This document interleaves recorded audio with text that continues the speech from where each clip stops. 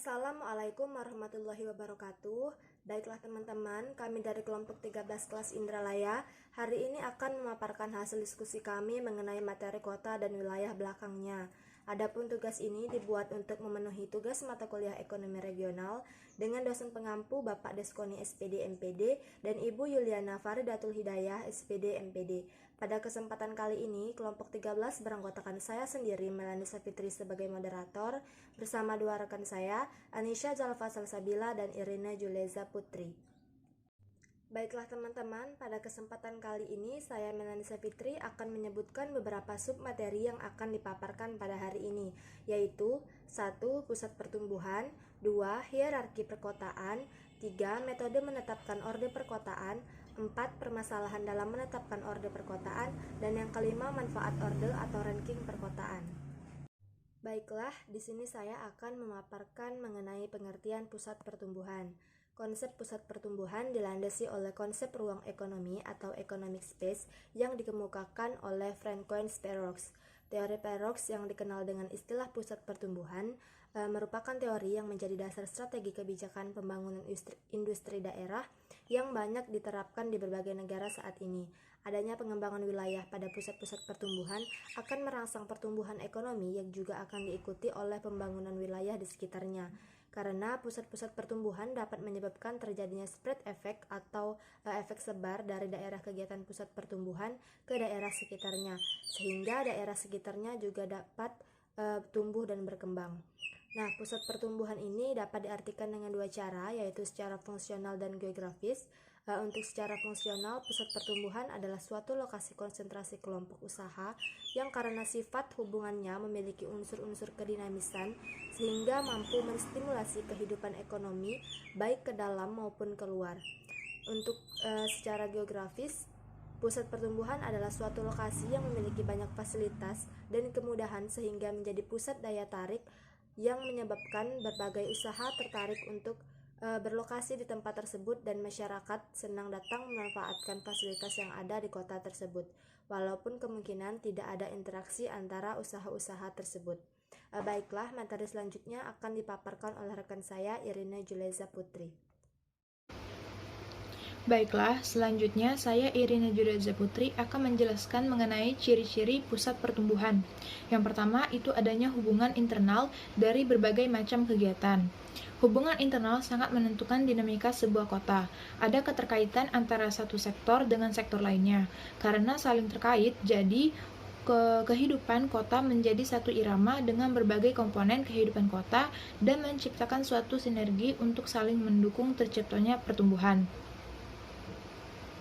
Yang kedua, itu adanya efek pengganda atau multiplier effect. Keberadaan faktor-faktor yang saling terkait dan saling mendukung akan menciptakan efek pengganda. Apabila ada satu sektor atas permintaan dari luar wilayah, produksinya meningkat.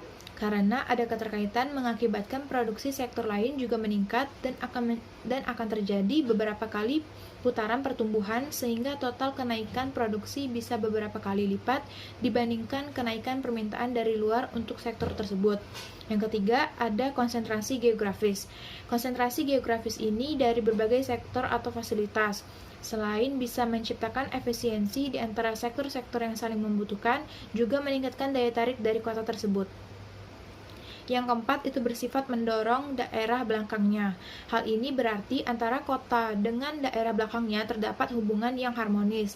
Kota membutuhkan bahan baku dari daerah belakangnya dan menyediakan berbagai kebutuhan daerah belakangnya untuk dapat mengembangkan diri. Baiklah, selanjutnya hierarki perkotaan. Hierarki perkotaan menggambarkan jenjang fungsi perkotaan sebagai akibat perbedaan jumlah, jenis, dan kualitas dari fasilitas yang tersedia di kota tersebut. Atas dasar perbedaan itu, volume dan keragaman pelayanan yang dapat diberikan setiap jenis fasilitas juga berbeda. Perbedaan fungsi ini umumnya terkait langsung dengan perbedaan besarnya kota atau jumlah penduduk. Perbedaan fungsi ini juga sekaligus menggambarkan perbedaan luas pengaruh. Dengan demikian, ada kota yang menjalankan banyak fungsi sekaligus dengan kualitas pelayanan yang tinggi dan ada juga kota yang hanya menjalankan beberapa fungsi saja dengan kualitas yang kurang memadai. Sejalan dengan itu, Ada kota yang wilayah pengaruhnya cukup luas, bahkan juga termasuk kota-kota yang lebih kecil di sekitarnya. Dan ada juga kota yang pengaruhnya hanya beberapa desa saja di sekitarnya. Hierarki perkotaan itu sangat perlu diperhatikan dalam perencanaan wilayah karena menyangkut fungsi yang ingin diarahkan untuk masing-masing kota. Terlaksananya fungsi tersebut berkaitan dengan fasilitas kepentingan umum yang akan dibangun di masing-masing kota. Banyaknya fasilitas yang harus tersedia di masing-masing kota harus sejalan dengan luas pengaruh kota tersebut, atau jumlah penduduk yang diperkirakan akan memanfaatkan fasilitas tersebut. Setiap kota memiliki wilayah belakang atau wilayah pengaruhnya. Makin besar suatu kota, makin beragam fasilitas yang disediakan sehingga makin luas wilayah pengaruhnya. Apabila kota kecil banyak tergantung dari kota besar, maka kota kecil termasuk ke dalam wilayah pengaruh dari kota yang lebih besar. Untuk itu, kota yang berlainan orde, maka kota kecil itu sendiri merupakan wilayah pengaruh dari kota yang lebih besar. Baiklah, selanjutnya yaitu metode menetapkan orde perkotaan. Metode menetapkan orde perkotaan itu dapat dibagi atas 3 kelompok. Kelompok 1, penentuan orde perkotaan hanya didasarkan atas jumlah penduduk. Kelompok 2, berdasarkan perbandingan banyaknya hubungan keluar. Sedangkan kelompok 3, menggunakan unsur-unsur jumlah penduduk dan unsur lainnya, seperti jumlah fasilitas kepentingan umum yang tersedia dan tingkat aksesibilitas kota terhadap kota lain terdekat yang lebih tinggi ordenya. Baiklah, yang pertama itu cara kelompok 1 dengan menggunakan jumlah penduduk. Ada 3 metode yang digunakan, yaitu metode Christaller, metode Rank Size Rule, dan metode Zipf. Yang pertama itu metode Christaller. Christaller berpendapat bahwa perbandingan jumlah penduduk antara kota orde lebih tinggi dengan kota orde setingkat lebih rendah setidaknya 3 kali lipat. Jadi misalkan kota orde 1 jumlah penduduknya 3 kali lipat dibandingkan penduduk kota orde 2, atau kota orde 2 penduduknya lebih tinggi hanya sepertiga penduduk kota orde 1. Demikian pula seterusnya. Tentunya jumlah penduduk masing-masing kota tidaklah sama persis. Dalam hal ini dapat dilihat angka penduduk kota mendekati salah satu angka tersebut di atas, dan itulah yang menjadi orde dari kota tersebut. Contohnya, di sebuah kabupaten dimisalkan terdapat 32 kota. Kota terbesar adalah ibu kota kabupaten itu sendiri dengan penduduk 135.000 jiwa. Kota kecil berpenduduk 5.000 jiwa. Kota di bawah penduduk 5.000 jiwa tersebut dikategorikan sebagai kota non-orde. Berdasarkan data tersebut, maka susunan orde kota di kabupaten tersebut adalah: yang pertama itu kota orde 1, jumlah penduduknya 135.000 jiwa. Jumlah penduduk 135.000 jiwa ini didapat dari kota terbesar yaitu ibu kota kabupaten dengan penduduk 135.000 jiwa. Yang kedua, kota orde 2, jumlah penduduknya 45.000 jiwa. Didapat dari sepertiga dari jumlah penduduk kota orde 1, yaitu 3 kali lipat dari 45.000 jiwa, yaitu 135.000 jiwa. Yang ketiga itu kota orde 3, jumlah penduduknya 15.000 jiwa, didapat dari sepertiga dari jumlah penduduk kota orde 2, yaitu 3 kali lipat dari 15.000 jiwa, yaitu 45.000 jiwa. Yang keempat itu kota orde 4, jumlah penduduknya 5.000 jiwa, didapat dari sepertiga dari jumlah penduduk kota orde 3, yaitu 3 kali 5.000 jiwa adalah 45.000 jiwa. Baiklah, untuk selanjutnya metode Rank Size Rule dan metode Zipf akan dijelaskan oleh rekan saya. Terima kasih. Baiklah, perkenalkan saya Anissa Zalfa Salsabila. Di sini saya akan melanjutkan menyampaikan materi mengenai metode menetapkan orde perkotaan dengan menggunakan jumlah penduduk. Melanjutkan materi selanjutnya yaitu metode Zipf dengan rumus PN sama dengan P1 dibagi N pangkat Q dengan keterangan PN itu jumlah penduduk kota ranking ke N, P1 itu jumlah penduduk kota terbesar, N itu orde atau ranking kota tersebut, dan Q adalah sebuah pangkat. Rumus Zipf ini tidak dapat digunakan secara langsung karena pada persamaan tersebut ada dua bilangan yang tidak diketahui, yaitu N dan Q. Untuk dapat menggunakannya terlebih dahulu harus ditetapkan beberapa tingkat ranking perkotaan yang disimbolkan dengan N yang akan dipakai di wilayah tersebut. Nah, dalam hal ini diperlukan data tentang kota dengan penduduk terbesar dan dengan penduduk terkecil. Menggunakan contoh pada metode Chris-Taylor sebelumnya, maka kota dengan penduduk terbesar tersebut otomatis diberi orde 1. Namun kota dengan penduduk terkecil perlu ditetapkan orde ke beberapa. Misalnya, kota terkecil itu ditetapkan sebagai orde keempat secara arbiter dengan menggunakan rumus Zeffini, maka Pn sama dengan P1 dibagi N pangkat Q, kemudian dimasukkan angkanya yaitu 5000 sama dengan 135.000 dibagi 4 pangkat Q, kemudian dipindah ruaskan 4 pangkat Q sama dengan 135.000 dibagi 5000, kemudian 4 log Q sama dengan 27 didapat dari 135.000 dibagi 5000, kemudian 4 log Q sama dengan 1,431637, yang mana log Q sama dengan 0,35781.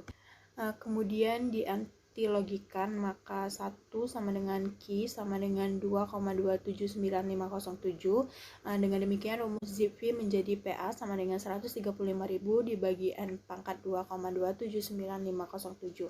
Atas dasar rumus tersebut, maka kota orde 1 sama dengan 135.000 dibagi 1 pangkat 2,279507, yang mana hasilnya 135.000 jiwa.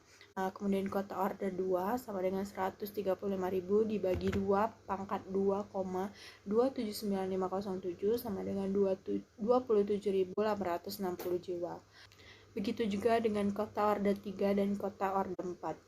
Lalu selanjutnya dengan metode rank size rule dengan rumus Pn sama dengan P1 dikali Rn ke 1. Keterangannya yaitu Pn sama dengan jumlah penduduk kota orde ke N, kemudian P1 itu jumlah penduduk kota tersebar di wilayah tersebut, yang mana orde 1, Rn ke 1 itu orde kota dengan pangkat ke 1 atau 1 dibagi R. Arti rumus ini adalah jumlah penduduk kota orde ke N adalah 1 per N jumlah penduduk kota orde tertinggi, mana orde 1 dalam hal ini adalah P1. Kemudian yaitu perbandingan persentase hubungan keluar. Sebuah kota tidak mungkin tidak melakukan hubungan keluar. Hubungan keluar ini dapat hubungan dengan daerah belakangnya, hubungan dengan kota orde sama, dan hubungan dengan kota orde lebih tinggi. Hubungan itu dapat berupa membeli bahan baku, menyediakan kebutuhan daerah belakangnya, termasuk pemanfaatan berbagai fasilitas yang ada di kota oleh masyarakat yang ada di belakangnya, dan arus tenaga kerja. Banyaknya hubungan keluar ini dinyatakan dengan jumlah trip. Persentase trip keluar di antara pasangan kota dapat digunakan untuk menentukan perbedaan orde dari kedua kota tersebut. Artinya dapat ditentukan kota mana yang lebih tinggi ordenya di antara kedua kota tersebut. Kota dengan persentase keluar ke kota pasangannya yang lebih rendah dinyatakan memiliki orde lebih tinggi. Kemudian metode ketiga yaitu gabungan beberapa variabel. Penentuan orde perkotaan dapat didasarkan atas gabungan beberapa variabel. Variabel yang umum dianggap berpengaruh dalam menetapkan orde perkotaan. Yang pertama adalah jumlah penduduk perkotaan, kemudian yang kedua banyaknya fasilitas yang dimiliki seperti luas pasar, luas kompleks, pertokoan, jumlah fasilitas pendidikan, jumlah fasilitas kesehatan, dan beragam jasa yang dimiliki seperti jasa bank, jasa asuransi, jasa perbengkelan, dan sebagainya. Yang ketiga itu tingkat aksesibilitas dari kota tersebut terhadap kota terdekat yang memiliki orde lebih tinggi di wilayah itu, misalnya ibu kota kabupaten atau provinsi. Ketiga faktor ini bisa dianggap memiliki bobot yang sama tetapi bisa juga berbeda sesuai dengan pengamatan di lapangan tentang faktor mana yang paling berpengaruh dalam membuat sebuah kota bisa menarik pengunjung dari kota lain atau daerah belakangnya datang ke kota tersebut. Selanjutnya materi mengenai permasalahan dalam menetapkan orde perkotaan. Untuk kota besar metropolitan, masalah konsentrasi berbagai fasilitas justru bisa menciptakan dampak yang berbeda. Konsentrasi berbagai fasilitas secara berlebihan dalam satu lokasi justru bisa menciptakan kemacetan lalu lintas yang merugikan banyak pihak. Kebijakan yang ditempuh adalah menghindari adanya konsentrasi yang berlebihan di suatu lokasi. Caranya dengan menyebarkan konsentrasi ke berbagai lokasi dengan tingkat pelayanan yang berbeda.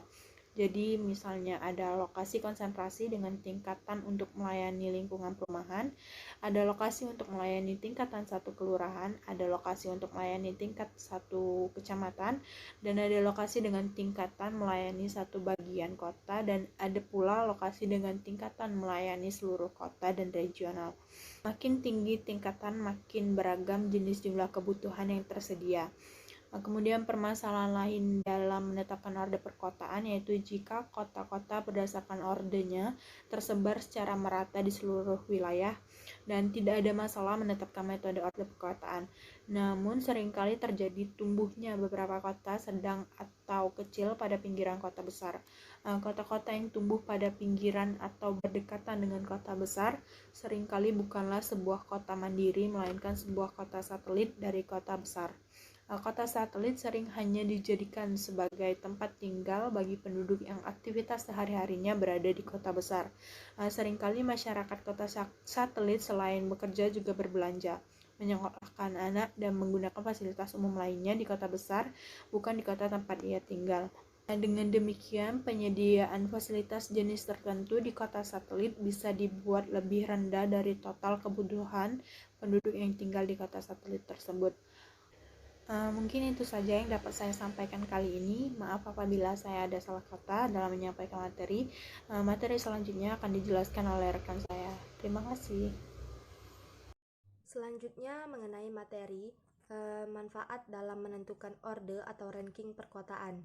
Yaitu yang pertama, ranking perkotaan adalah sekaligus penyusunan struktur ruang di wilayah tersebut bersama-sama sistem transportasi jalan atau jaringan dan mode dan lokasi.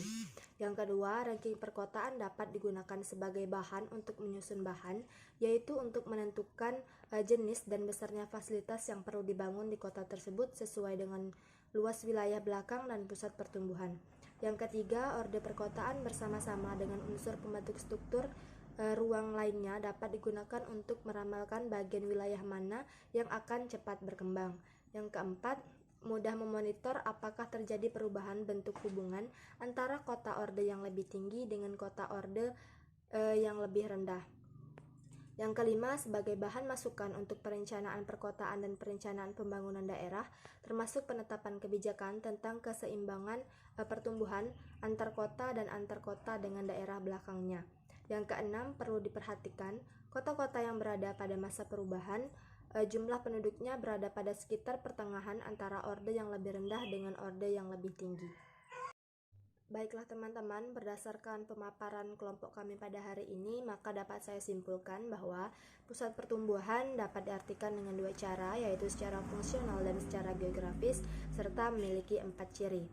Hierarki perkotaan sangat terkait dengan hierarki fasilitas kepentingan umum yang ada di masing-masing kota. Serta dalam menetapkan orde perkotaan juga diperlukan metode yang dibagi atas 3 kelompok, yang mana salah satu tujuan menetapkan orde perkotaan ini adalah agar dapat diperkirakan luas wilayah, jenis dan tingkat atau mutu fasilitas kepentingan umum, serta apa saja yang perlu dibangun. Orde perkotaan memiliki masalah berupa terjadi tumbuhnya beberapa kota sedang atau kecil pada pinggiran kota besar dan memiliki manfaat orde atau ranking agar mudah memonitor apakah terjadi perubahan bentuk hubungan antara kota orde yang lebih tinggi dengan kota orde yang lebih rendah. Baiklah teman-teman, mungkin itu saja yang dapat kelompok kami sampaikan. Terima kasih atas partisipasinya. Saya selaku moderator beserta rekan-rekan kelompok saya memohon maaf jika ada kesalahan dalam penyampaian materi. Kami akhiri, wassalamualaikum warahmatullahi wabarakatuh.